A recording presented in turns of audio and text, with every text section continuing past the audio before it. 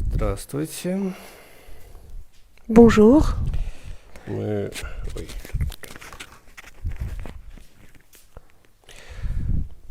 продолжаем изучение Ламрима.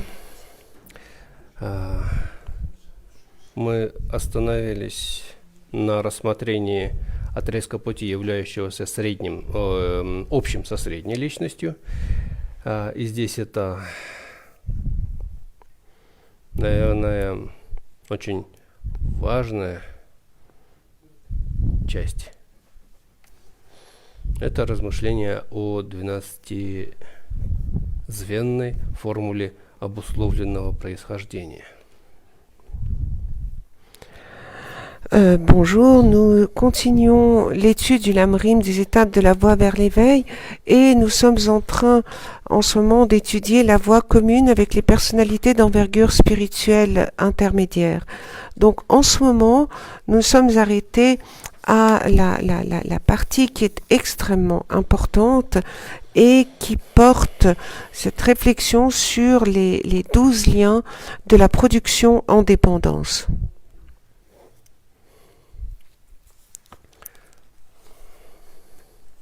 Это на самом деле одна из очень важных частей буддийской философии, которую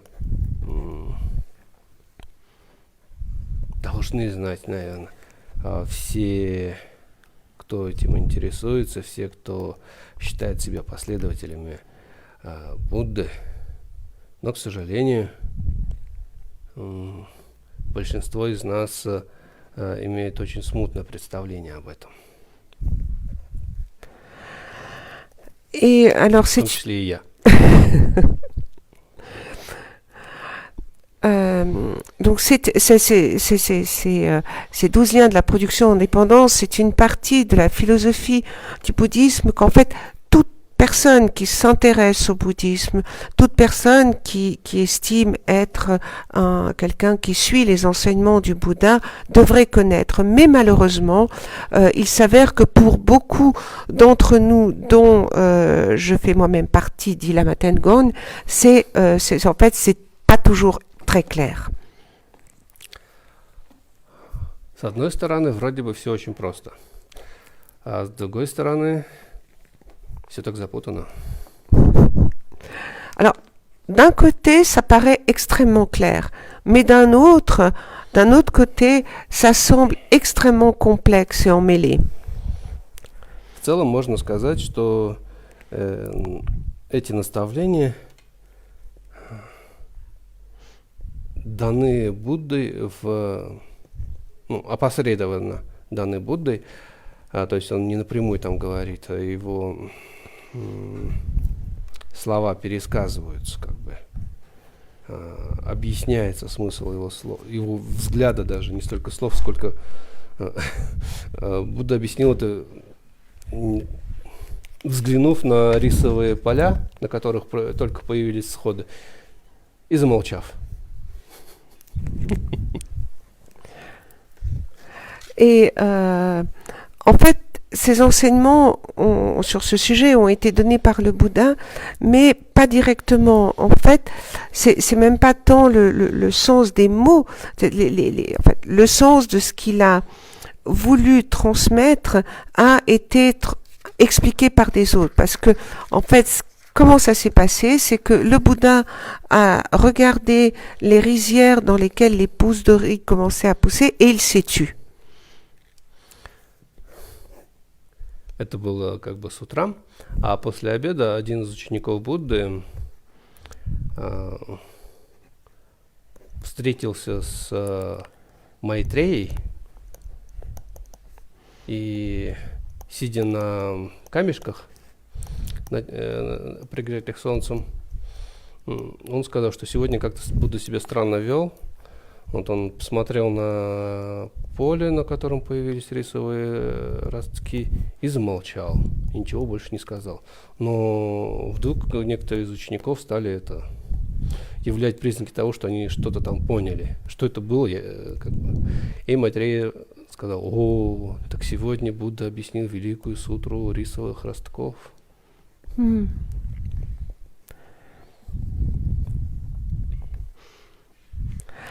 Et en fait, comment ça s'est passé le matin?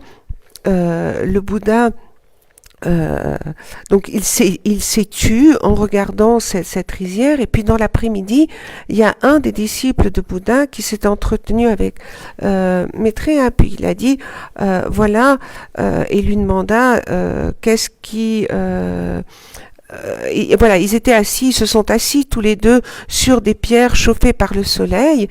Et puis là, il dit, c'est bizarre, aujourd'hui, le Bouddha, il a regardé les rizières, il a regardé ces pousses de riz qui commencent à pousser, et il s'est tu.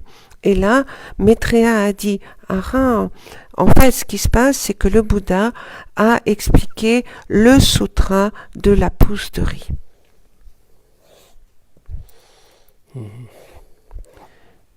И в самой сутре говорится, кто видит взаимообусловленность, тот видит дхарму. Кто видит дхарму, тот видит Будду.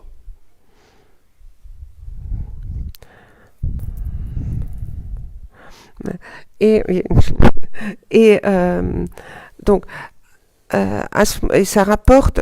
Donc l'explication était la suivante de la parole du Bouddha, c'est celui qui voit les 12 éléments de la production en dépendance, cela signifie qu'il voit le Dharma. Et s'il voit le Dharma, c'est ce que cela signifie qu'il voit le Bouddha.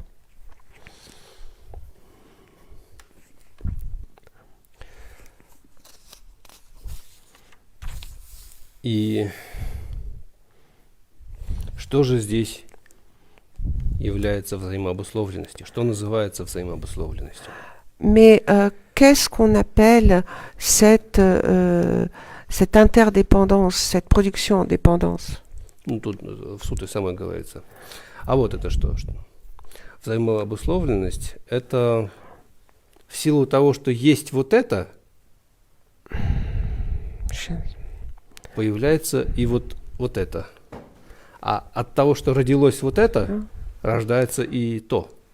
Сейчас ici. Если будет вот это, а второе? В силу рождения этого рождается и то, и другое как бы. То есть это рождается в силу рождения того.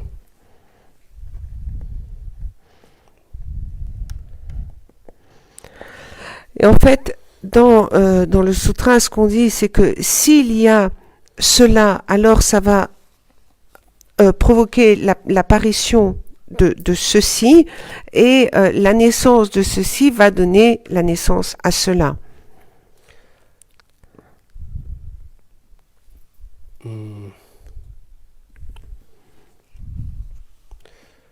То есть все явления существуют в зависимости от другого явления. И то, что рождается, появляется, оно опять же рождается не само по себе и не от какой-то не связанной, не подходящей причины, а от соответствующей ему причины, которая также рождена от соответствующей ей причины и так далее. Et en fait, tous les phénomènes qui existent, ils existent en dépendance des autres qui sont nés également. Et ce qui naît, ce qui apparaît, ne peut pas apparaître seul, sans aucun lien avec une autre cause. Ça n'apparaît pas de nulle part. Tout ce qui apparaît toujours, naît toujours d'une cause qui correspond à ce qui apparaît, et cette même cause qui fait naître ce qui apparaît dépend elle-même d'une cause qui lui correspond.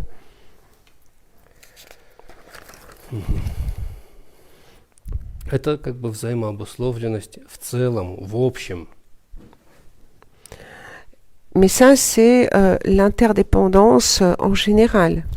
И как пример, здесь дальше приводится 12-звенная формула зависимого или взаимообусловленного возникновения. Et après, comme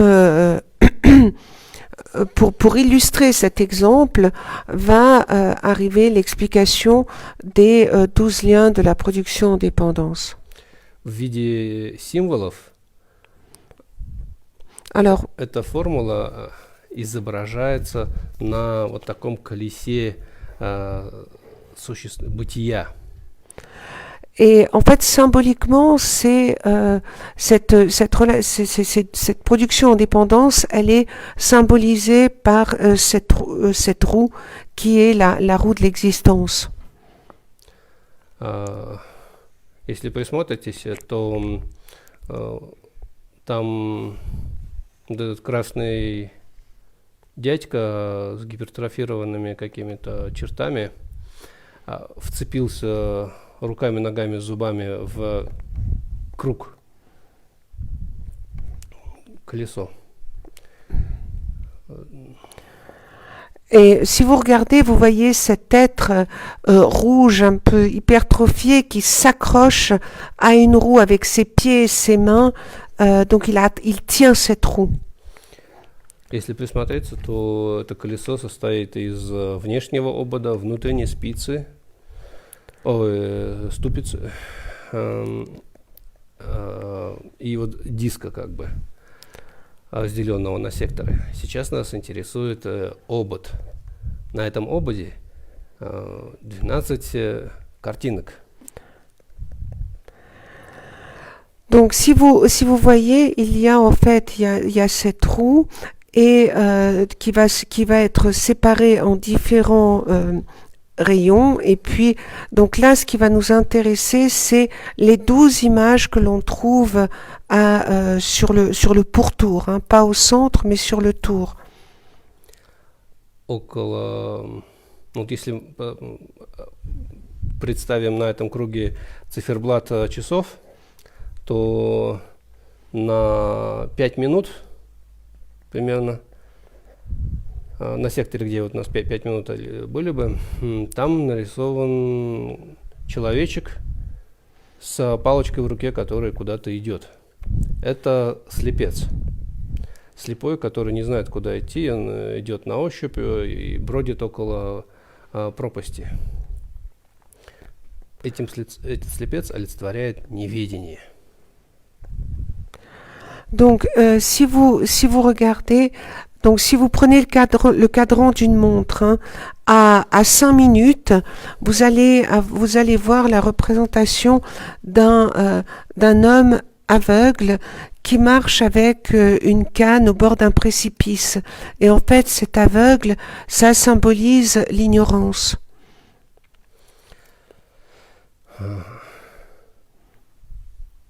Неведение является как бы причиной или условием следующего явления. Следующее явление здесь изображено в виде горшечника, который лепит горшки. Это явление, горшечник же олицетворяет собой движущие силы кармы.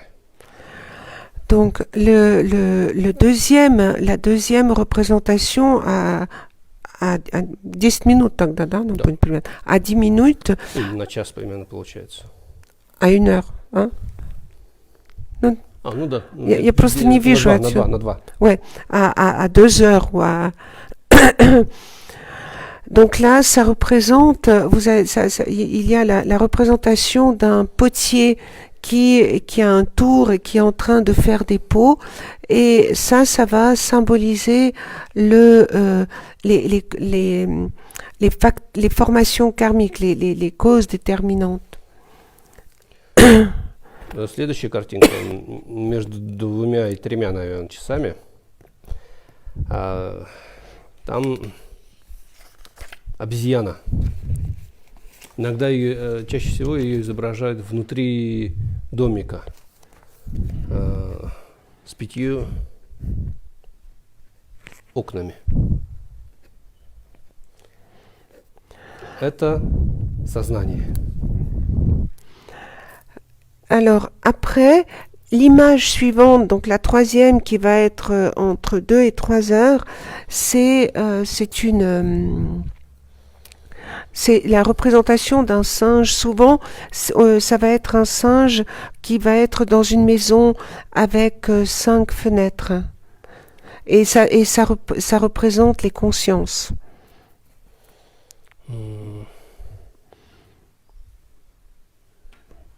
То есть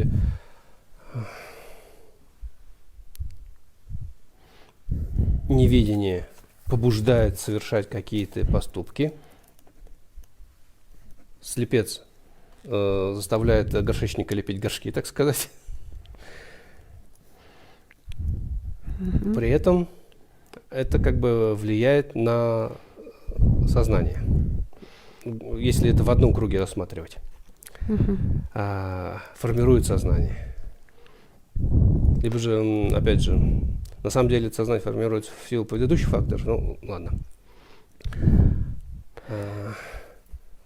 Личность, кроме сознания, состоит еще и из других частей. Это тело и так далее. Они изображены в виде человека на лодке. Иногда пустой лодки, но чаще все-таки человечек в лодке. Это имя и форма. Имя это имеется в виду остальные базисы личности, кроме тела. То есть это ощущения, чувства и так далее. Donc, on est parti de l'ignorance. L'ignorance, elle va après amener elle va entraîner ses actions. Donc là, quelque part, on a l'aveugle qui fait faire des pots au potier. Et après, tout cela, ça nous amène la conscience. Et l'être, un être, il va être composé de la conscience et aussi d'autres, il va y avoir d'autres parties qui vont être le corps, des agrégats, tout ce qui est ce qu'on appelle nom et forme, et qui fait référence aux sensations et aux discriminations. Et ça, c'est ce qu'on appelle, c'est la représentation suivante que l'on appelle le nom et la forme, et qui est représentée par un homme qui est en train de naviguer sur une barque dans l'océan. Следующее примерно на 4 часа. Там будет пустой дом. Это 6 базисов восприятия. Они тут названы. 6 органов чувств. Et après, on va avoir, donc à 4 heures, vous allez avoir le sixième lien qui va être le cinquième, pardon, qui va être représenté par une maison qui aura les portes et les fenêtres fermées. Et ça représente les 6 bases sensorielles. Вот получается сознание, органы чувств. Когда сознание и органы чувств встречаются с каким-то объектом, сталкиваются с каким-то объектом, происходит контакт. Контакт сознания с этим объектом.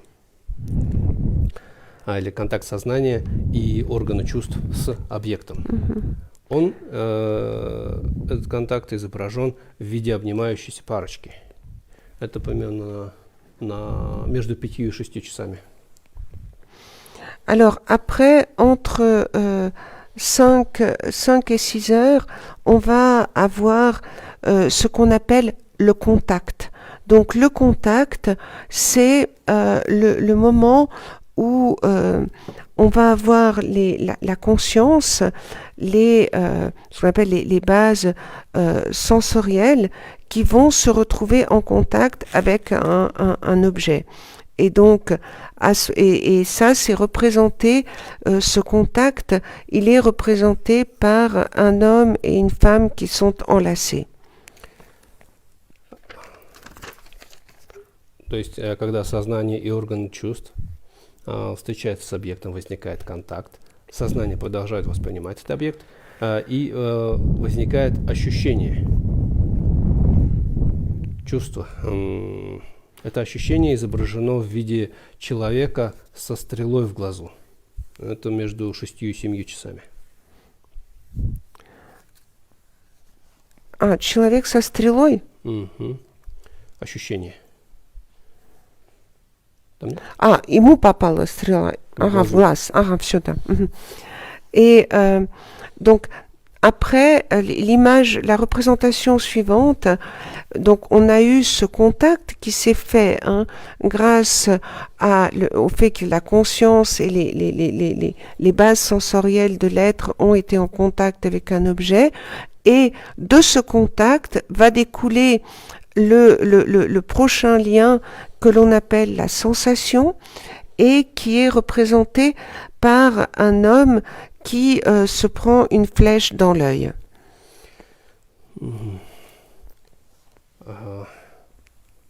Так, сознание вместе с органов чувств входит в контакт с объектом каким-то, возникает чувство, сознание или привязывается к этому, это ему или нравится, или не очень. И вот два варианта есть. Изображен один из них, то есть когда ему это нравится, это жажда. Сознанию хочется продолжения этого ощущения. И жажда изображена в виде, это на самом деле алкоголик с чашей вина. Так же, как алкоголик хочет продолжения банкета постоянного, так же и наше сознание. Et donc, lorsque l'on a cette conscience avec les bases sensorielles qui sont en contact avec l'objet, donc on a vu, il va y avoir cette sensation, et de la sensation va naître la soif ou l'attachement. Donc ça peut être soit agréable, soit désagréable. Et ici, c'est représenté par quelque chose, par cette soif ou attachement va être représenté par un homme qui est en train de boire du vin. Donc un alcoolique qui a envie finalement que ce banquet ne cesse jamais. Постоянная вот эта как бы жажда вызывает сильную привязанность, когда уже невозможно с этим остаться. И здесь это изображено в виде человека, который принимает плоды от обезьянки. Человек, который принимает... Плоды от обезьянки. Ага. Et donc après, on va avoir le... Жажда это как бы хочу, но вот как бы встать лень. А вот привязанность, она уже заставит встать, пойти и взять это что-то.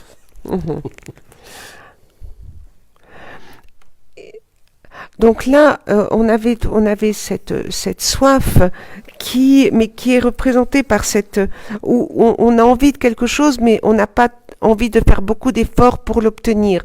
Alors que la partie suivante, ça va être ce qu'on appelle la saisie, et elle va être représentée par une personne qui est en train de prendre les fruits d'un arbre qui sont donnés par un singe. Et ici, ça va représenter cette saisie, mais qui va être qui va correspondre à un attachement extrêmement fort.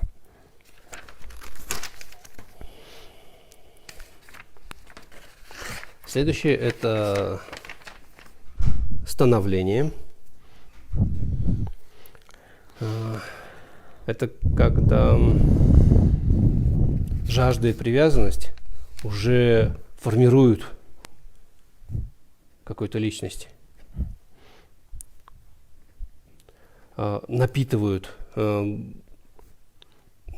будущие потенции на самом деле в этой личности. Это обычно изображается в виде беременной женщины.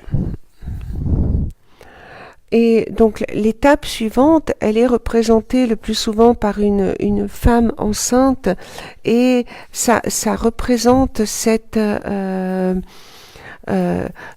qu'on appelle le devenir.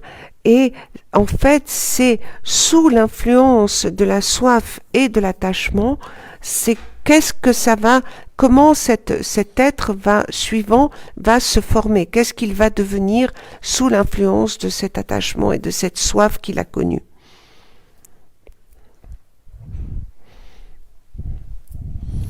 А следующее это рождение. Donc, Там изображается в виде рожающей женщины. l'étape suivante, c'est la naissance et qui est représentée par une femme qui est en train de donner naissance. И завершающий этап в этом колесе – это старость и смерть. Это между 11 и 2 часами. Там пожилой человек несет на спине груз, а этот груз на самом деле труп. Et après la dernière représentation entre 11 et 12 heures, c'est le vieillissement et la mort, et qui sont représentés par un homme qui porte un cadavre sur son dos.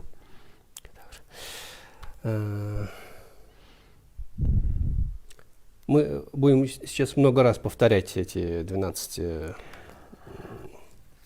Donc là maintenant, звеньев. on va répéter ces 12 liens à de nombreuses reprises. Может быть, даже я чего-нибудь даже пойму.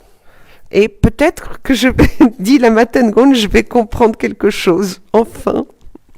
Итак, в сутре говорится, что в силу условия, благодаря наличию условия неведения, рождаются движущие силы. Из-за условия движущих сил рождается сознание. Из-за условия сознания рождается психофизическое имя и форма. А в силу условия имени и формы рождаются 6 органов. В силу условия 6 органов рождается контакт. В силу условия контакта ощущение. В силу условия ощущения жажда. В силу условия жажды привязанности, в силу условия привязанности становления, в силу условия становления рождения, в силу условия рождения старости смерти. И дальше. Страдание, стенание, Стенание. стоны, Ага. плач. Мгм. А нет, лучше печали, стенание, страдания, Сейчас. печали, Мгм. Мгм. стенание, стоны, Страдания. страдания, Мгм. беспокойство ума, Мгм. Мгм. и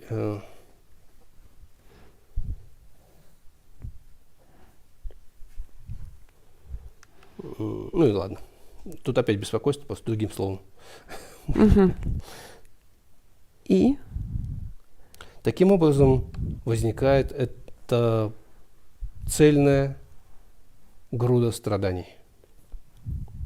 À te dire. Все это страдание.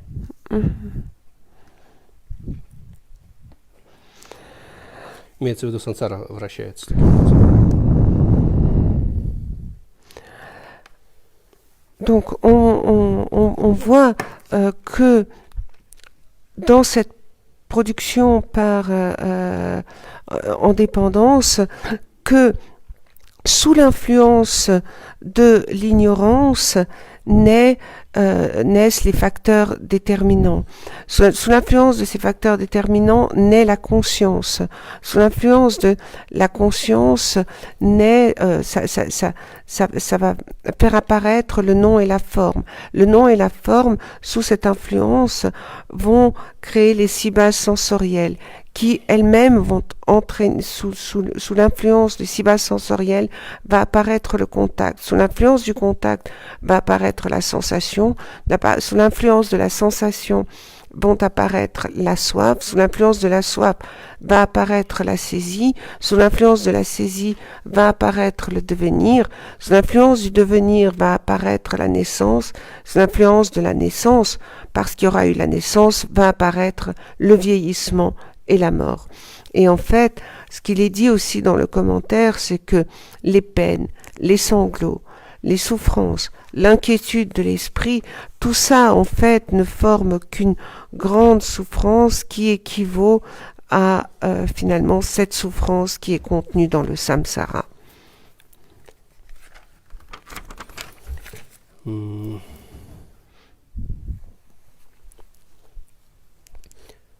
Это так называемое размышление о том, как последовательно возникновение 12 звеньев.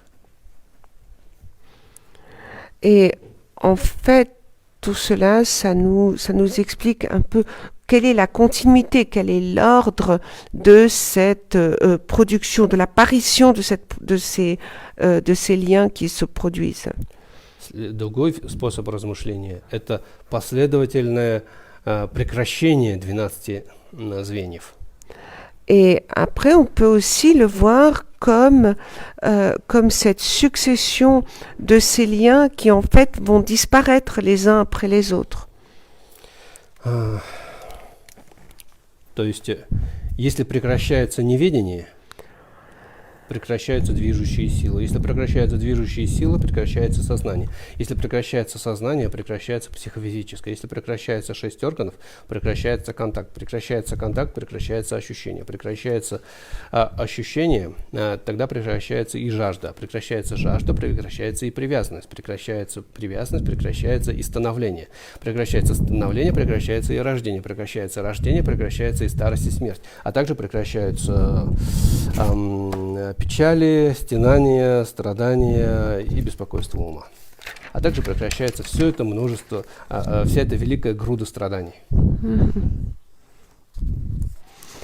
Et donc en fait, comme on l'a dit, on peut aussi le voir. Donc ces liens de production en dépendance, ils peuvent produire, tout comme ils peuvent arrêter.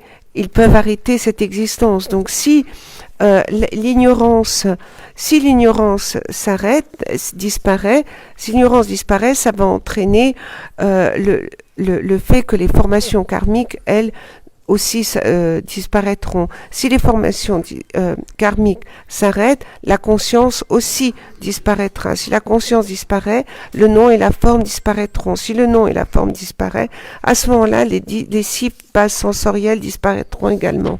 Si les 6 bases sensorielles disparaissent, le contact disparaîtra. Si le contact disparaît, la sensation disparaîtra.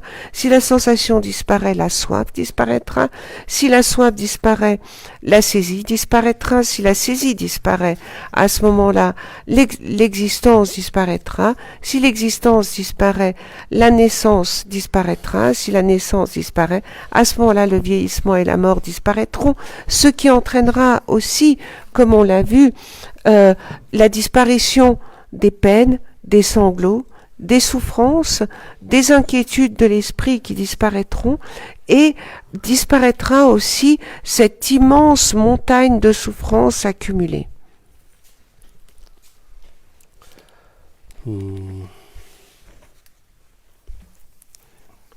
Vas-y.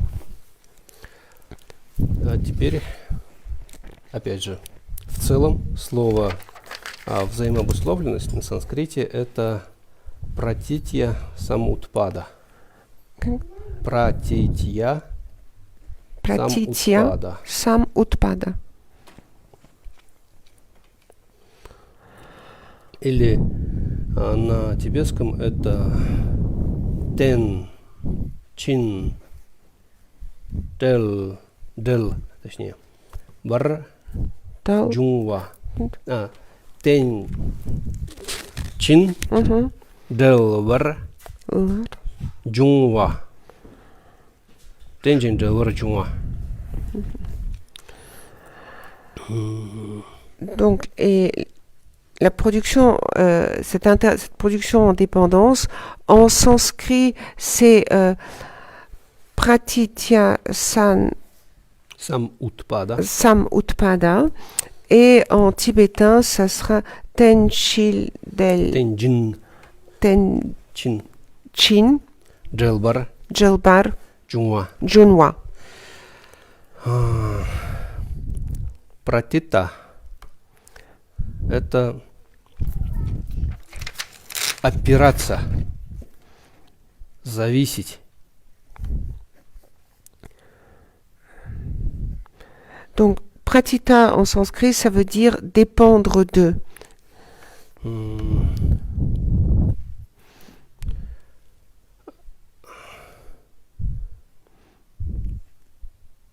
Сам, по-моему. Я сам или. Это связь.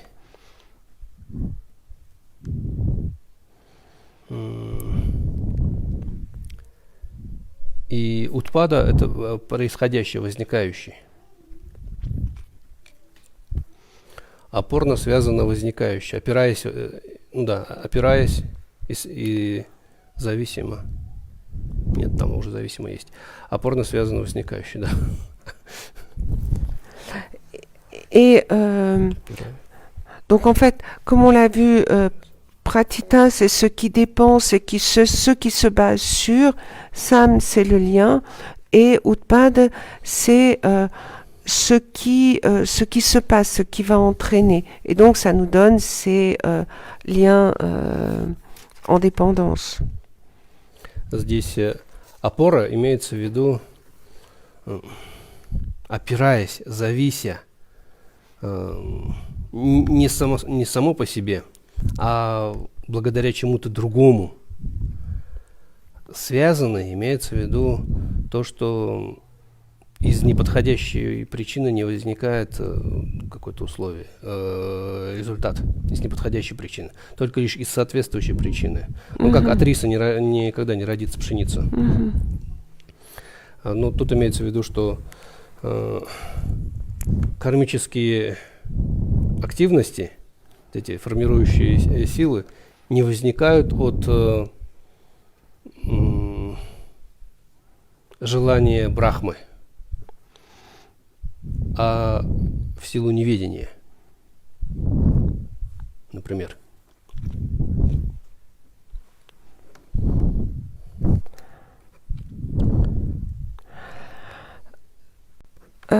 Donc là, quand on parle, quand on dit que on se base, on dépend de quelque chose, c'est vraiment que il y aura toujours le lien avec quelque chose d'autre. C'est pas, ça peut pas être pris de manière indépendante. Après, lorsque l'on parle du lien, il y a vraiment ce lien de cause à effet, c'est-à-dire que tout comme d'un grain de riz, on ne poussera pas de blé, eh bien, ça veut dire que les forces karmiques, ce qui fait que quelque chose apparaît, ça n'apparaît pas parce que ça va être la volonté du dieu Brahma. Ça apparaît sous l'impulsion de la force de cette ignorance. И возникает, имеется в виду, что возникает беспрепятственно, непрерывно. Et lorsqu'on dit ce qui apparaît, ce qui est produit, ça sous-entend que c'est quelque chose qui apparaît en permanence. C'est tout le temps en train il y a un mouvement permanent. Есть разные виды, в разных школах буддийских разные виды этой взаимообусловленности. Опять же, по-разному объясняются эти 12 звеньев. Один из взглядов, опять же, так называемая мгновенная взаимообусловленность. Например, когда мы делаем подношение Будде. Вот мы обычные люди. Мотивом у нас Мы ведь не обладаем пониманием бессамости. Мы не постигли истинную природу вещей. Мы находимся в власти ошибочного восприятия или цепляния за самость. И вот это неведение цепляния за самость, оно все-таки является одним из мотивов, выступающим в тот момент, в силу которого мы совершаем это подношение. Итак, неведение цепляния за самость. Это мотив.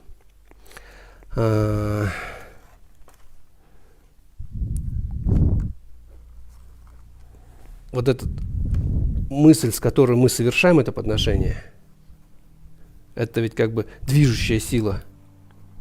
Это действие. Вот это, собственно, карма накапливается, формирующая карма.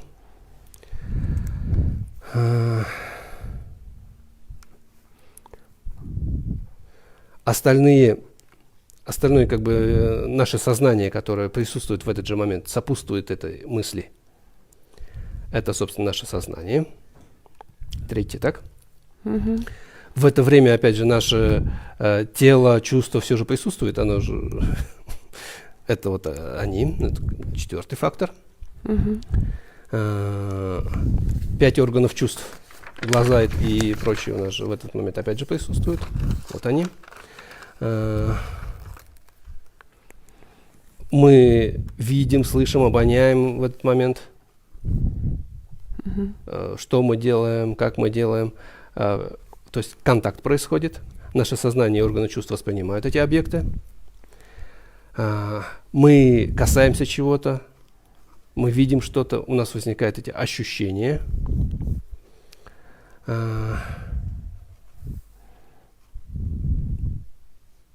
Опять же, нам что-то нравится. Мы желаем этого. Это усиливается. Мы понимаем это. Мы как это называют, привязываемся к этому.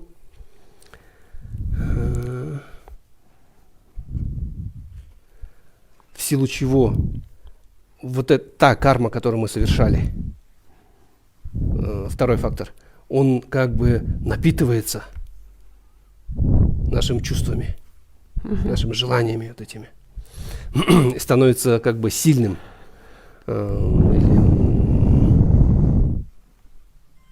напитанным, совершенствуется. От этого действия происходит какой-то эффект прямо сейчас же. Ну, скажем, мы зажигаем светильник, он загорается.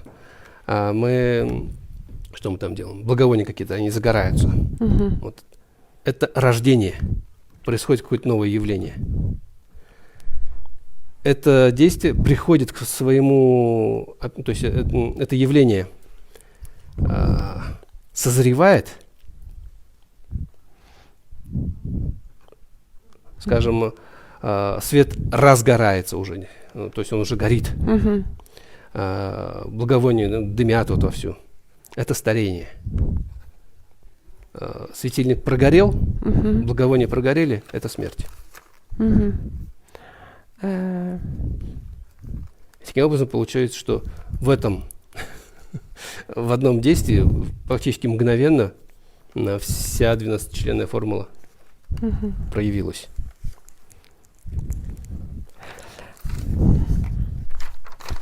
Et donc, ce qu'il y a d'intéressant, c'est que finalement, ces 12 étapes, on peut les retrouver dans tout ce que l'on fait. Par exemple, lorsque l'on fait des offrandes au Bouddha, on fait des offrandes.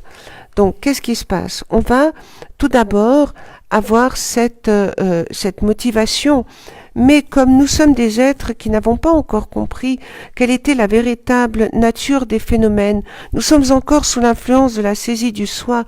Donc cette ignorance va être une des raisons ou un des motifs pour lesquels on va vouloir faire des offrandes. Donc là, on est dans le premier maillon qui et qui est l'ignorance. Après, on va avoir, avec cette pensée, donc le fait de l'ignorance, on va vouloir faire des offrandes, on va faire ces offrandes, et cette pensée qui va accompagner l'action, ça va être déjà le deuxième des maillons qui sont les formations karmiques. Après, pour faire cela, notre conscience, bien évidemment, est présente. Elle va accompagner le fait de faire ces offrandes. Donc ça, c'est le troisième lien. Et bien évidemment que l'on a besoin du nom et de la forme. On va avoir besoin de notre corps. On va avoir besoin de nos bases sensorielles. Donc là, on est déjà au 5e de ces liens. Et après, va se faire le contact, puisqu'on va sentir, on va voir comment on fait ces offrandes. On va donc arriver à cette sensation, puisque cette sensation, ça va faire que lorsque l'on fait ces offrandes, on va pouvoir toucher et ressentir les choses. Le 8e, qui est la soif ou l'attachement, ça va être on va vouloir faire ces offrandes, on va s'attacher au fait qu'on est en train de le faire, ça va nous procurer une sensation agréable, et on va arriver à cet attachement qui est au 9e, qui est le 9e lien, et qui est cette saisie qui va emplir en fait, cette offrande va être pleine de notre désir. Le 10e, qui est le devenir, c'est en fait cet effet immédiat qui va donner lieu à un fait nouveau. Par exemple, on va allumer une lampe ou on va allumer un bâton d'encens. Donc ce bâton d'encens, il va brûler. Le fait qu'il brûle, ça va être le 11e, le 11e point, qui était la naissance. Et après, lorsque la lampe va s'éteindre ou que le bâton d'encens aura fini de brûler, eh bien on va arriver à donc en fait la naissance, c'était le moment où c'est le fait nouveau lorsqu'on allume la lampe ou l'encens. Donc ça c'était le 11e, et le 12e, le vieillissement et la mort, ce sera le moment où on a justement cette lampe qui brûle, l'encens qui brûle et qui termine de brûler, et là ça va être donc ce 12e lien qui sera représenté ainsi. Donc dans chaque action, finalement, on peut retrouver ces 12 liens de la production en dépendance. Но в сутре, и обычно имеется в виду не совсем такая уж моментальная эта взаимообусловленность. Вот, например, вайбхашики, наша любимая школа вайбхашиков, считают, что у взаимообусловленности, в 12-членной формуле зависимого возникновения 3 части. Один край уходит в прошлое, второй край уходит в будущее, и между ними промежуток. Край в прошлом – это имеется в виду прошлое рождение. К этому прошлому краю относится неведение и движущие силы, карма. К будущему краю относятся рождение, старость и смерть. То есть первый, второй, 1 из 12, да? Ага. А между ними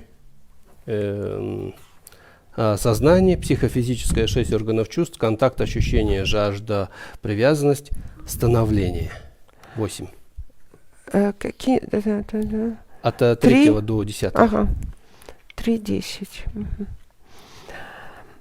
Donc, alors c'est vrai que là, c'est ce que on sait que dans les différentes écoles du bouddhisme, il va y avoir des explications un petit peu différentes de ces 12 liens de production en dépendance. Donc, par exemple, pour l'école des Vaiprashika, donc ces 12 liens de production en dépendance, on peut les diviser en 3 parties. 3 parties qui seront la partie du passé, celle du futur et la partie intermédiaire. Donc, on va avoir l'ignorance et les formations karmiques qui font partie du passé. On va avoir pour le futur les 11e et 12e qui sont la naissance, le vieillissement et la mort. Et puis donc du 3e au 10e, ça va se trouver dans cette partie intermédiaire, à savoir la conscience, le nom et la forme, les 6 bases sensorielles, le contact, la sensation, la soif, la saisie et le devenir qui vont se trouver dans cette partie intermédiaire. И считается, что эти 3 части указаны для того, чтобы избавиться от сомнений, есть ли прошлое рождение, есть ли будущее рождение.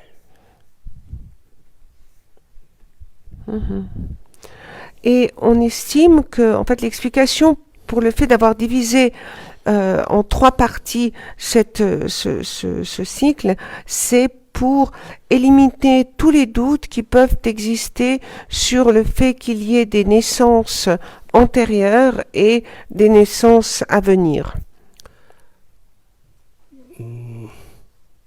То есть неведение и карма, в силу которых мы сталкиваемся с различными явлениями в этой жизни, причины, которые являются вот этих явлений, не в этой жизни, опять же, а из прошлого приходят. Поэтому нет сомнений, что это прошлое было. И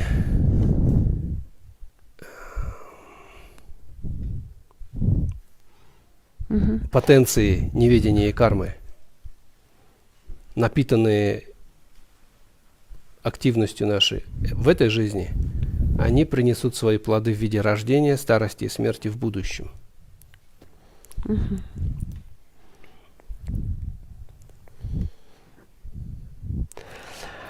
Parce qu'en fait, pourquoi? C'est que l'ignorance et les formations karmiques sont les causes qui font que dans cette vie, on se retrouve dans la situation dans laquelle on se trouve. C'est parce que c'est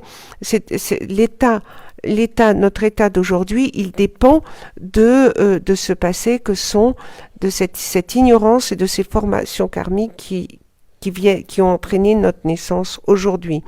Et le potentiel de cette ignorance et de ces formations karmiques, ce sont elles qui vont finalement entraîner notre naissance ou notre renaissance future, tout comme le vieillissement et la mort qui vont suivre cette naissance. И в тех 8 звеньях, которые возникают в этой жизни, 5 являются из этих 8 плодами прошлого, а 3 являются тем, что напитывает причины будущего.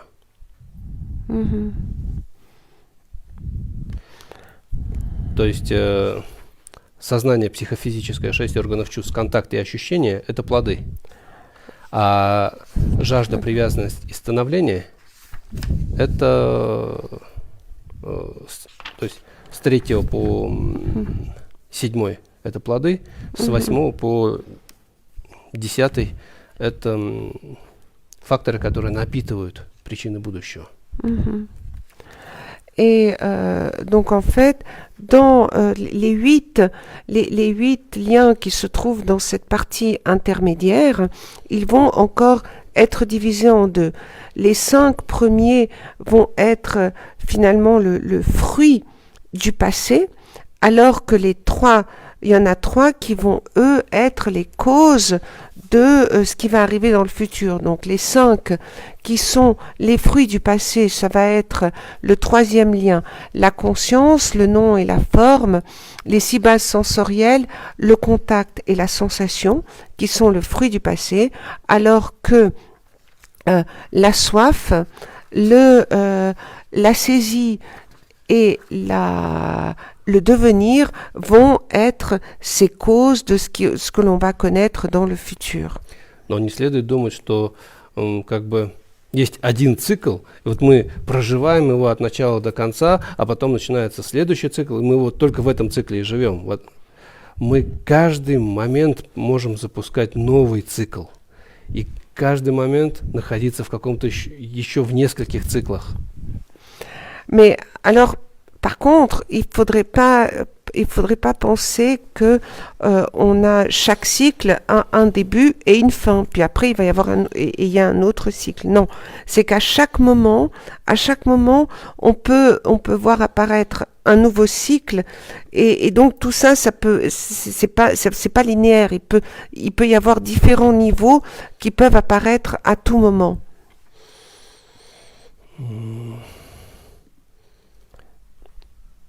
И то есть каждый момент мы запускаем, пока мы находимся в неведении, пока наш ум покрыт этим неведением, мы все время совершаем какие-то... Это неведение побуждает нас совершать какие-то действия. Mm-hmm. Эти действия вызывают следующее. И то есть неведение мы испытываем все время, непрерывно. Это неведение постоянно заставляет нас что-то делать. И таким образом мы постоянно запускаем новые круги. И пока мы не остановим это колесо, мы так и будем вращаться в сансаре. И испытывать в основном неприятные ощущения. Et en fait, comme notre esprit est toujours sous l'influence de l'ignorance, donc à chaque moment, on va faire des actions qui vont être imprégnées de cette ignorance et qui va entraîner encore quelque chose, donc une autre action. Donc en fait, on va être en permanence en train de créer de nouvelles actions qui finalement vont faire que nous retrouvons toujours dans ce samsara duquel on n'arrive pas à sortir, et qui est finalement source de sensations peu agréables.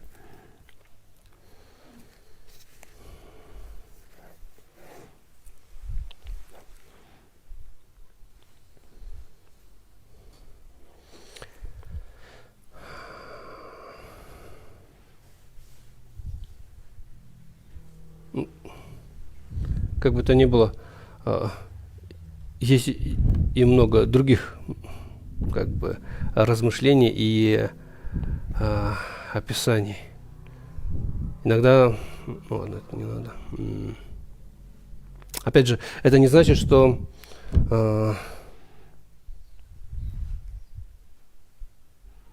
все происходит, опять же, последовательно. Это рождение, следующее рождение и третье рождение. Между неведением, вот этим первым, и старостью, смертью последними, могут целые кальпы проходить. Могут проходить десятки, сотни тысяч рождений.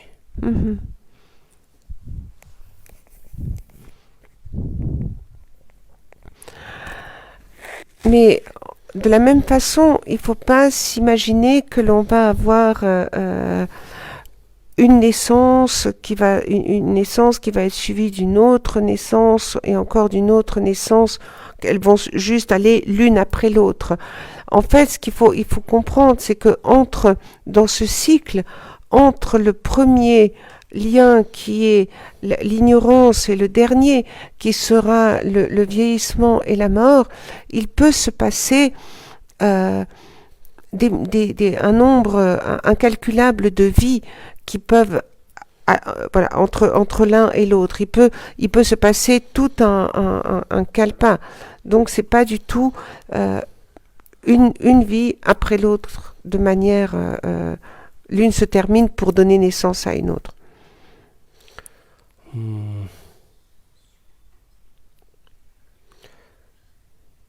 Еще один как бы способ. Неведение и формирующие факторы, как тут, движущие силы, прошлого рождения являются причиной нынешних наших совокупностей личностей. И они являются причиной нашего сознания, нашего психофизического, органов чувств, контакта, ощущения.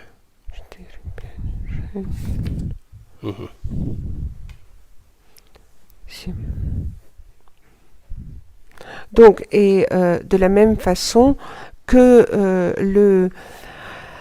l'ignorance et les formations karmiques vont être la cause qui va impliquer la conscience, le nom et la forme, qui va avoir comme conséquence les 6 bases sensorielles, le contact et la sensation.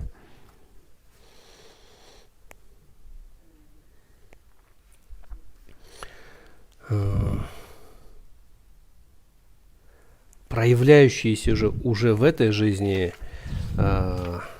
жажда, привязанность и становление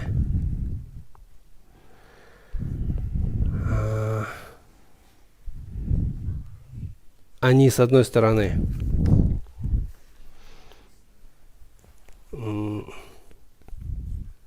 напитывают неведение и движущие силы с этой жизни. Этой жизни. И формируют скандхи будущего, то есть рождение и смерть, старость и смерть будущей жизни.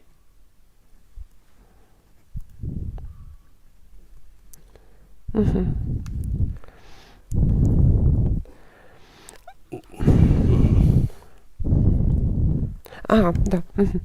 Понятно. То есть колесо, оно опять же, не вот оно колесо прокрутилось, а звенья, они еще подцепляют тут еще и следующее что-то.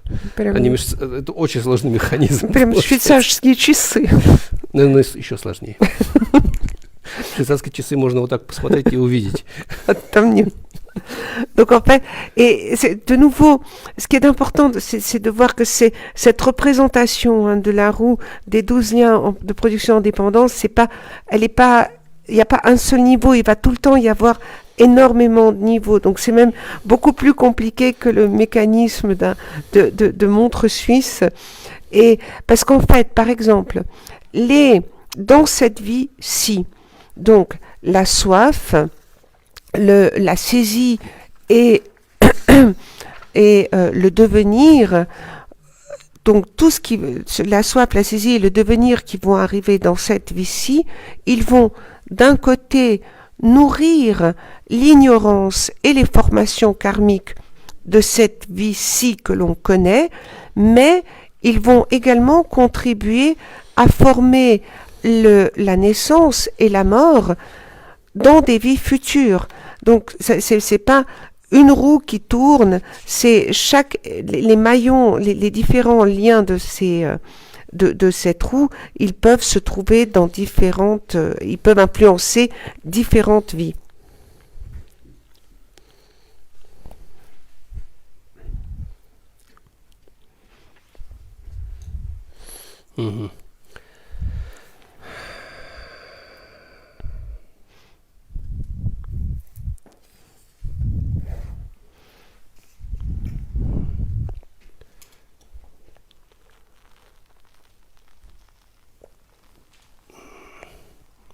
Опять же,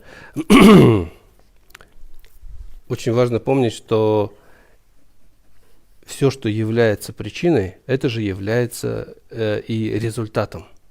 И все, что является результатом, также является причиной. То есть, когда мы говорим, что это какие-то плоды чего-то,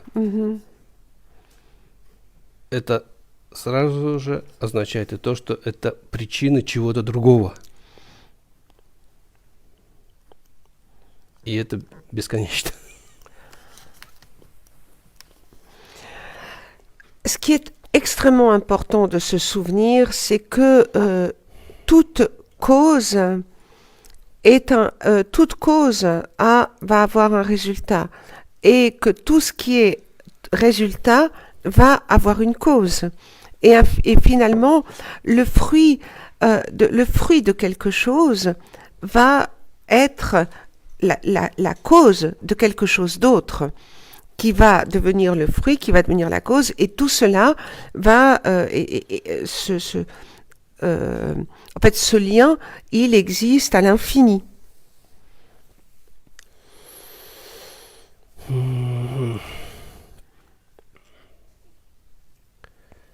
Так, в целом, первое представление о механизме, наверное. Ладно. Теперь по тексту пройдемся. Ага, ну первое, то есть вы дали первое представление о mécanisme, да? Ага. Donc là, vous avez eu une première un peu. L'idée, c'était que vous ayez déjà une première compréhension de ce mécanisme. Et maintenant, on va reprendre dans le texte. Размышления о 12-звенной формуле обусловленного происхождения. Здесь 4 параграфа. Первый – определение отдельных звеньев. Второй – группировка звеньев. 3. За сколько жизней завершается цикл. И 4. Резюме. Donc, cette partie est intitulée « Réflexion sur les 12 liens de la production en dépendance ». Ici, il y a 4 parties. La première, la division en 12 liens et l'identification des liens séparés. La deuxième, ça va être une présentation abrégée des liens et le regroupement de ces liens. Le troisième, ça va être combien de vies sont nécessaires pour un cycle complet. Et la quatrième, ça va être un résumé. Определение отдельных звеньев. Первое. Из 12 звеньев формулы обусловленного происхождения, первый – это неведение. И в сокровищнице Абидарма Коши сказано: неведение походит на вражду, ложь и подобное. Да, вражда, неприятие. Можно так перевести, да. Donc, première partie, la division en 12 liens ou l'identification des liens séparés. Le premier des 12 liens de la production en dépendance est l'ignorance. Dans le trésor de connaissances, il est dit « L'ignorance est comme un ennemi ou un mensonge ».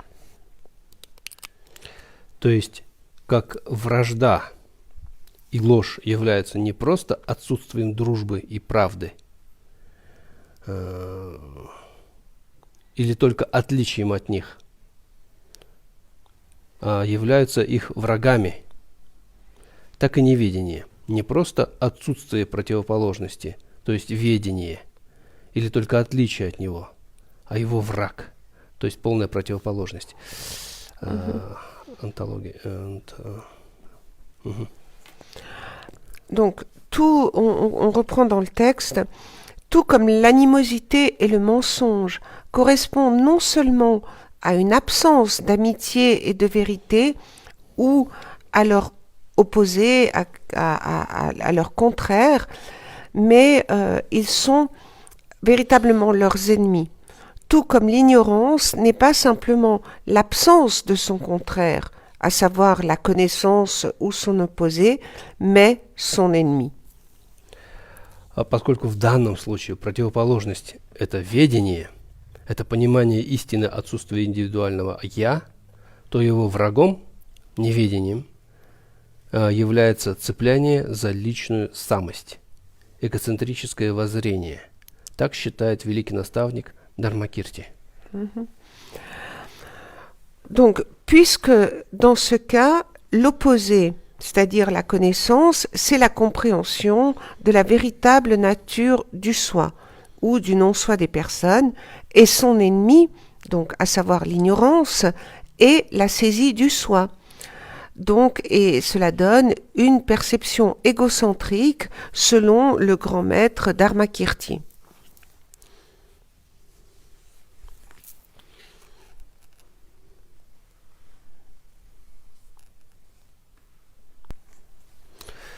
Наставник Асанга с братом, то есть Васубандху, придерживаются иного мнения, что неведение – это простое незнание истины, а не неправильное представление о ней. Одним словом, из двух установок ума, ложного понимания и отсутствия какого-либо представления, неведением они считают установку отсутствия представления. Alors, ici, le maître Asanga et son frère Vasubandhu ont un autre point de vue. Selon eux, l'ignorance est simplement la non-connaissance de la vérité et non pas une représentation incorrecte de cette vérité. En un mot, de ces deux approches, l'interprétation fausse et l'absence de connaissance, ils estiment que l'ignorance correspond à l'absence de connaissance de la vérité. То есть Дharmakirti считает, что неведение – это неправильное знание, а Асанга с братом считает, что это просто отсутствие знания. Donc, en un mot, Dharmakirti, il estime que l'ignorance, c'est l'incompréhension, alors que selon Asanga et son frère, pour eux, l'ignorance est vraiment la non-connaissance, et non pas une représentation incorrecte. Pas une incompréhension, mais la non-connaissance de la vérité, l'absence de vérité. Например, мы можем не знать, что означают цвета светофора. Просто не знать. Загораются какие-то красный, желтый, зеленый. А можем неправильно знать. То есть считать, что красный – это иди, а зеленый – стой. А желтый – крутись на месте. Par exemple, qu'est-ce que ça signifie? On peut tout simplement ne pas savoir qu'est-ce que c'est qu'un feu rouge. On ne sait pas à quoi ça sert là. Quand on voit les trois feux, on ne sait pas ce que c'est. Ou bien, on a une compréhension incorrecte, c'est-à-dire on pense que quand il y a le rouge, il faut y aller, que quand il y a le vert, il faut s'arrêter, et que quand il y a le feu orange, il faut faire des tours sur soi-même. Вот. Дharmakirti считает, что это как будто бы знание неправильное. Неведение – это когда мы думаем, что красное – это иди. А Асанга считает, что это просто незнание. Мы смотрим, загорелась лампочка, и что это? Asanga. Асанга. Donc, et là, pour l'illustration de ce qu'on vient de dire, Dharmakirti, lui, il est dans dans la deuxième explication, donc on ne sait pas à quoi, on a une mauvaise compréhension du rouge et du vert. Par contre, pour Asanga, on est simplement dans le fait qu'on ne sait pas à quoi sert ce poteau avec des lumières qui s'allument. Однако они сходятся в том, что главным противоядием против неведения является мудрость, постигающая отсутствие «я». Как, например, в обоих случаях с этим светофором противоядием будет являться изучение правил дорожного движения. Et donc, on reprend dans le texte avec un commentaire de la Matengon. Donc, cependant, ils s'accordent sur le point que le principal antidote à l'ignorance est la sagesse qui réalise le non-soi. Et donc, si on revient à notre exemple du feu, l'antidote, ça serait d'apprendre les règles du code de la route pour savoir qu'est-ce qu'il faut faire quand on voit un feu. В антологии Абидармы, это текст Асанги, говорится, что незнание можно разделить на незнание закона кармы и незнание реальности, истины природы. Из-за первого накапливаются движущие силы, влекущие в дурную участь. То есть, когда мы не знаем, какие плоды принесут наши поступки, или не задумываемся над этим. Мы делаем просто то, что как бы нам кажется, что нужно сделать. Когда мы видим у кого-то хорошую вещь, и мы думаем, нам нужна, мы ее берем. Нам мешает какой-то другой человек, мы его каким-то образом устраняем. Делаем ему больно, обижаем его или еще что-то. Это происходит в силу незнания закона кармы. Незнание реальности из-за второго формируются движущие силы, влекущие, если мы совершаем благие поступки. То есть мы какое-то представление о карме имеем, вот мы считаем, что нужно вот то же самое подношение делать. Будде, делать какие-то обхождения, например, постирания, но мы не имеем истинного представления, правильного представления об истинной реальности. То есть, что бы мы ни делали, все-таки в основе всех наших мотивов лежит вот это каверна. Скверно, невидение. И хотя мы совершаем благие поступки, но она формирует сансару.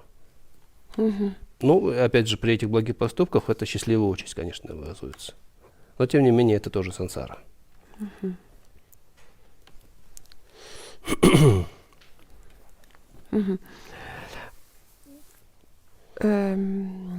Donc, on reprend dans le texte avec un commentaire de la Matengon. Dans le compendium de connaissances, il est dit que l'ignorance est de deux types. D'un côté, on a la méconnaissance de la loi du karma et la méconnaissance de la véritable nature de la réalité. А вы, извините, вы докуда прочли, я себе не записывала? До конца? До конца, да. Et de la première s'accumulent des facteurs déterminants, à savoir des formations karmiques, qui vous entraînent dans des destinées inférieures, et de la deuxième, des facteurs déterminants qui, s'ils sont vertueux, vous entraîneront dans des destinées heureuses. Donc, qu'est-ce que ça signifie? Ça signifie, par exemple, soit dans le premier cas, cette ignorance qui est la méconnaissance de la loi du karma, ça veut dire que on ne sait pas. On ne sait pas du tout quels peuvent être les résultats, quelles vont être les conséquences de nos actions. On fait juste les choses comme on les fait. Ça veut dire, voilà, on voit une personne qui a quelque chose qui nous plaît, ben on lui prend et puis c'est tout. On décide que c'est pour nous. Ou bien, il y a quelqu'un qui nous plaît pas, eh bien, il nous plaît pas, ben on va lui faire du mal, on va le dégager sans penser plus loin. Donc ça, c'est le premier cas de figure. Le deuxième cas de figure, c'est que on va partir dans cette, on va partir du point de vue où on connaît quand même la loi du karma, donc on va faire des offrandes, on va faire des prosternations, mais comme on n'a pas encore cette perception de la véritable nature des phénomènes, bien que notre motivation soit juste, que l'on fasse des actions vertueuses, notre esprit sera quand même sous l'emprise de cette ignorance, puisqu'on ne connaît pas la véritable nature des phénomènes. Donc, bien que toutes ces ces actions que l'on va faire, elles vont nous permettre d'avoir une bonne renaissance dans une destinée heureuse, mais on restera quand même prisonnier du samsara.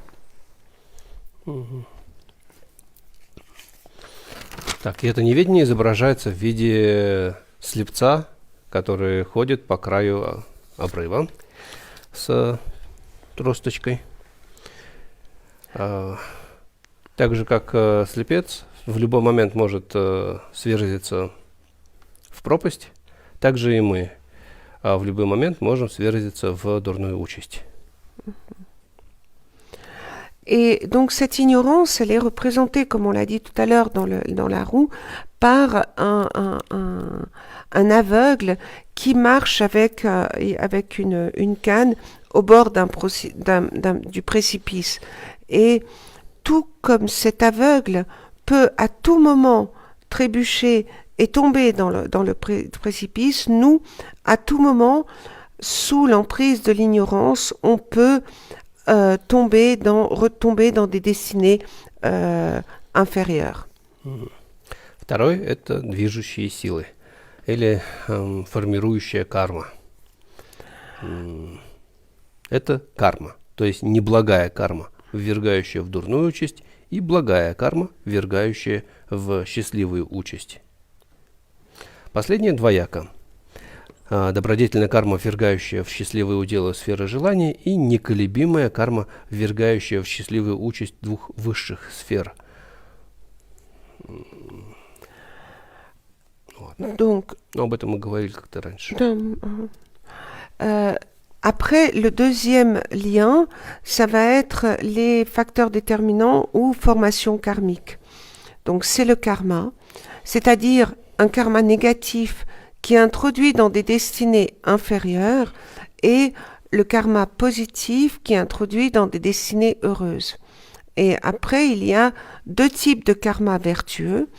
Le karma vertueux méritoire qui introduit la renaissance dans le monde du désir et le karma immuable qui, lui, introduit la renaissance dans les deux sphères supérieures. Ça, nous en avons déjà parlé avec vous précédemment.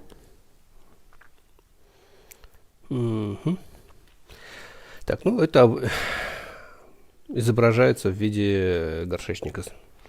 Et donc, c'est гончара с горшками. Ces formations karmiques, ces impulsions karmiques, elles sont représentées dans le deuxième lien sous la forme d'un potier qui fait des pots avec un tour. Третье – это сознание. В сутрах говорится о 6 классах сознания. Но здесь речь идет о главном сознании. Для признающих универсальное сознание, это, опять же, Алая Виджняна имеется в виду, Алая Виджняна, это универсальное. А для непризнающих его, то есть одна подшкола Читаматры считает, что есть некое универсальное сознание, вот для них это вот оно имеется в виду.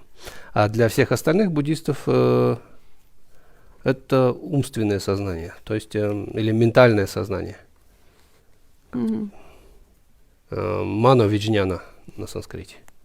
Игина Маршива на тибетском. Мано Виджняна.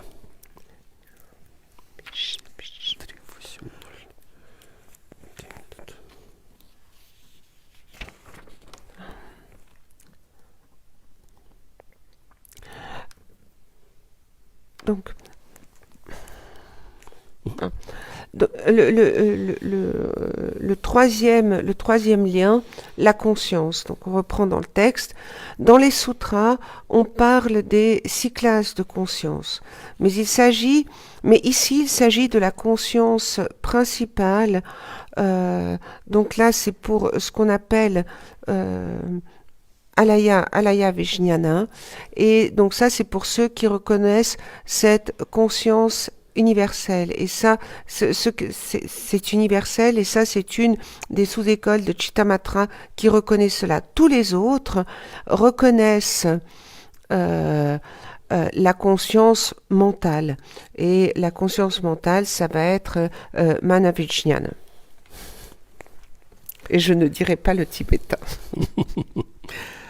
То есть из-за незнания, что плохие деяния приносят плоды страдания, мучения, производится и накапливается неблагая карма. Сознание этой жизни, загрязняемое отпечатками такой кармы, является сознанием периода причины. То есть мы в этой жизни в силу неведения совершаем какие-то поступки, и сознание как бы в этой же жизни является сознанием периода причины, загрязненное отпечатками этой кармы. А сознание, которое на ее основе уже в будущем при перерождении вступает в дурную участь, то есть то, что ввергается в следующее рождение, называется сознанием периода плода.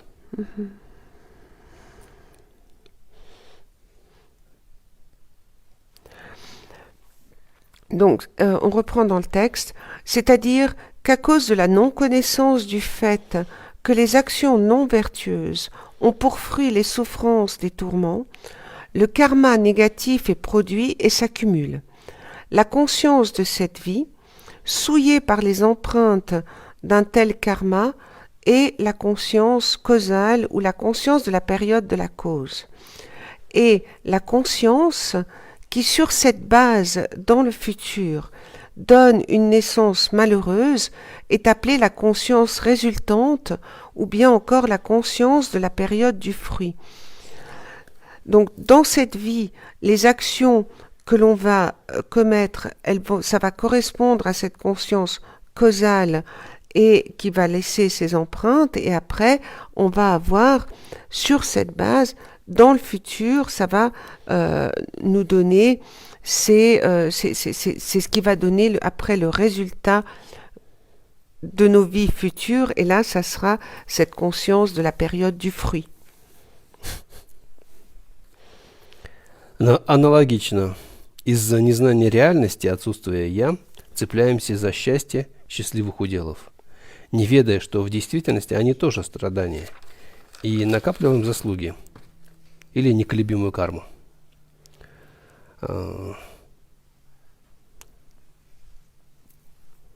Сознание этого времени – это сознание периода причины, а сознание, которое на его основе вступает при перерождении в счастливую участь, сферы желания или двух высших сфер – это сознание периода плода. Donc, on continue dans le texte. Par analogie, à cause de l'ignorance qui saisit un soi doté d'une existence inhérente, on s'accroche au bonheur des destinées heureuses, sans comprendre qu'elles sont aussi des souffrances, et on accumule des mérites ou un karma immuable. La conscience de ce moment, c'est la conscience causale, et la conscience qui, sur sa base, entre en vigueur au moment de la renaissance dans une destinée heureuse dans la sphère des désirs ou dans les autres sphères supérieures, c'est la conscience résultante ou conscience de la période du fruit.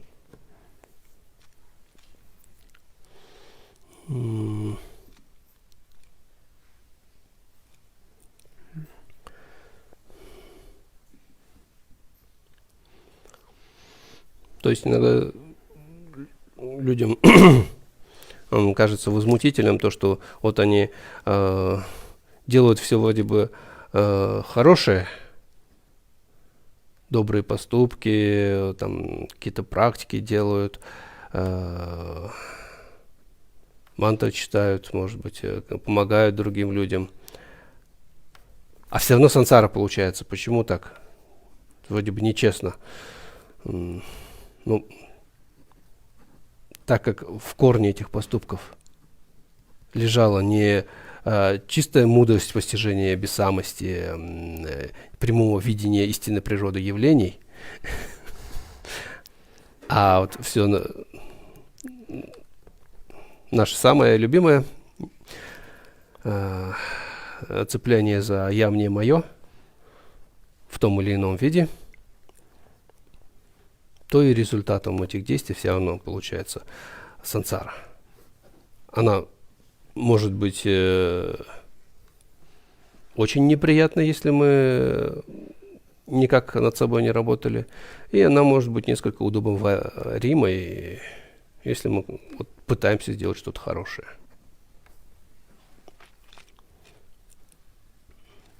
Но это не значит, что не нужно пытаться. Все-таки удобоваримое это удобнее, чем неприятное.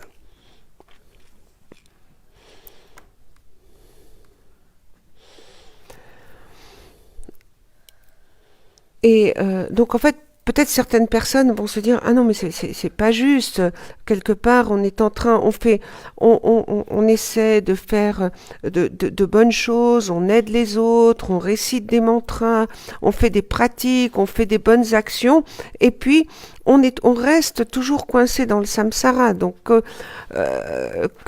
pourquoi? Qu'est-ce qui se passe? C'est pas juste. Et pourquoi est-ce que ça se passe comme ça? C'est parce qu'en fait, à la base, on est quand même sous l'emprise de cette saisie du soi. On n'a pas encore atteint cette sagesse, cette connaissance qui fait que l'on perçoit la véritable nature des phénomènes.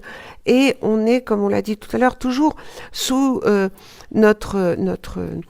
finalement notre action préférée, qui est cette saisie du soi dont on n'arrive pas à se libérer.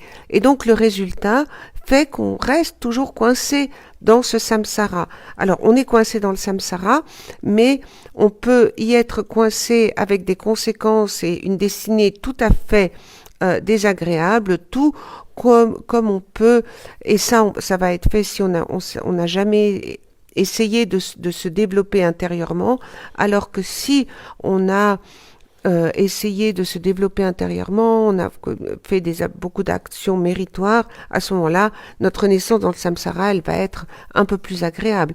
Et comme dit Lama Tengon, ça veut pas dire qu'il ne faut absolument rien faire, le fait qu'on reste quand même dans ce samsara.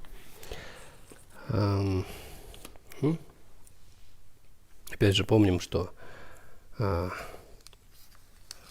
наше сознание в настоящий момент, вот предположим, пару часов назад мы совершили какой-то поступок, промотивированный неведением. Наше сознание сейчас, мы уже испытываем некоторые ощущения, связанные с тем поступком. Например, мы кого-то оскорбили, и вот мы сейчас все это время переживаем. То есть это наше сознание, как сказать, загрязняемое отпечатками этой кармы, этого поступка. Мы этот поступок уже совершили, акт как бы этого действия совершен, а теперь наше сознание испытывает некоторые вот эти неприятные ощущения, какой-то отпечаток на нем уже сохранился. Мы сейчас вот находимся как бы в этом круге. Вот первое, второе, третье. Но в то же время мы находимся в промежутке между рождением и смертью предыдущего круга. И формируем рождение и смерть будущего.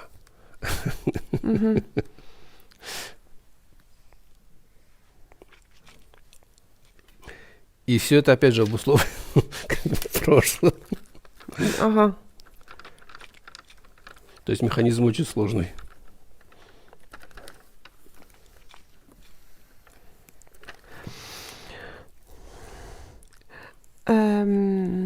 Donc, par exemple, toujours pour illustrer, si on a fait quelque chose il y a quelques heures, et cette action qu'on a faite il y a quelques heures, elle a été motivée par l'ignorance.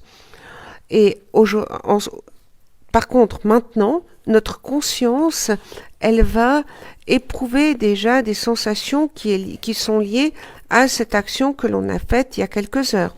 Par exemple, si on s'est disputé, on a injurié quelqu'un il y a quelques heures. Et puis là, en ce moment, on va y penser, on va pas être tranquille parce qu'on a commis cette action.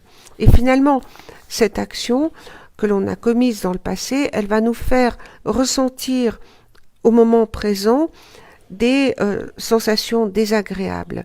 Et en fait, ces sensations désagréables, elles vont déjà créer des empreintes dans notre conscience. Donc là, on est dans ce cercle au niveau de 1, on est dans les liens 1, 2 et 3, à savoir l'ignorance, les formations karmiques et la conscience. Et en même temps, on se trouve dans cet espace-temps entre la vie et la mort. Et en même temps, on est en train de former nos renaissances et nos morts futures. Et en même temps, ce qu'on est en train de faire en ce moment est conditionné par ce qu'on a pu faire dans le passé. Donc en fait, à chaque moment, il va y avoir tous ces différents liens qui vont se superposer d'une manière assez complexe, puisqu'il y a toujours cette interaction entre le passé, le futur et le présent. Так, на этом пока, наверное, остановимся. Donc, продолжим в следующий раз. On va s'arrêter là aujourd'hui. Мы на третьем, да, остановились? Да. Угу. А следующий раз у нас когда? 2 апреля. 2 апреля. Et on recommence, on va continuer donc le samedi prochain